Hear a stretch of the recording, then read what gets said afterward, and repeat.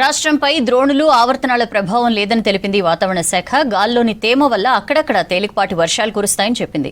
August 2వ వారం తర్వాత ఆశించిన స్థాయిలో వర్షాలుంటాయని ప్రకటించింది. మరోవైపు ఎగువ కురుస్తున్న వర్షాలకు ప్రాజెక్టులకు వరద కొనసాగుతోంది.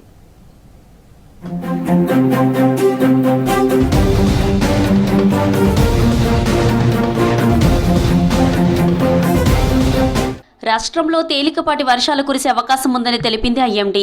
వాతావరణంలోని తేమ వల్ల అక్కడక్కడ వర్షాలు కురుస్తున్నాయన్నారు అధికారులు.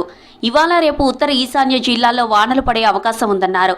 హైదరాబాద్లో సాయంత్రం నుంచి తేలికపాటి వర్షాలు కురుస్తాయన్నారు. ప్రస్తుతం రాష్ట్రంపై ద్రోణులు ఆవర్తనాల ప్రభావం లేదన్నారు.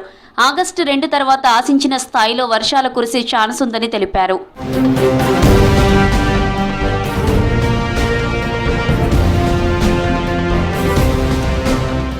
ఎగువన కురుస్తున్న భారీ వర్షాలతో ప్రాజెక్టులకు వరద పోటెత్తుతుంది.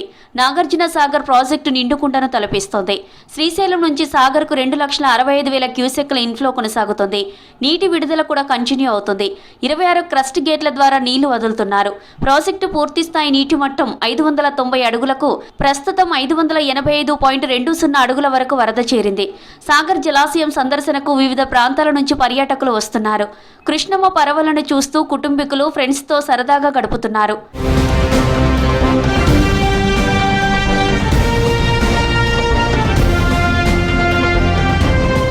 సూర్యాపేట జిల్లాలోని పులిచింతల ప్రాజెక్టుకు ఇన్ఫ్లో కొనసాగుతుంది. 2,44,629 క్యూసెక్ల వరద వచ్చి చేరుతోంది. పూర్తి సామర్థ్యం 45.77 టీఎంసీలకు ప్రస్తుతం 41.28 టీఎంసీల నీళ్లున్నాయి. ప్రాజెక్టు 10 గేట్లను ఎత్తి 2,51,259 క్యూసెక్ల నీటిని విడుదల చేస్తున్నారు అధికారులు. పవర్ జనరేషన్ కంటిన్యూ అవుతుంది.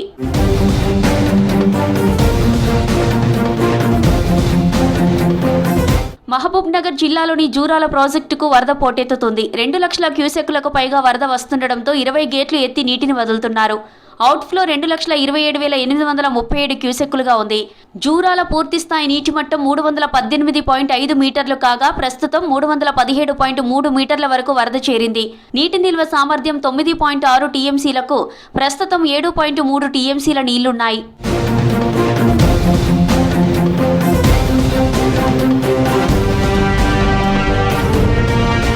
శ్రీశైలం ప్రాజెక్టుకు వరద ప్రవాహం కొనసాగుతుంది. జూరాల నుంచి 2,19,129 క్యూసెక్కులు, సుంకేసల నుంచి 74,000 క్యూసెక్కుల వరద వస్తుంది. ప్రాజెక్టు 8 గేట్లెత్తి 2,82,000 క్యూసెక్ల నీళ్లు సాగర్కు వదులుతున్నారు అధికారులు. ప్రాజెక్టు పూర్తిస్థాయి నీటి మట్టం 885 అడుగులకు ప్రస్తుతం 882 అడుగుల నీళ్లున్నాయి.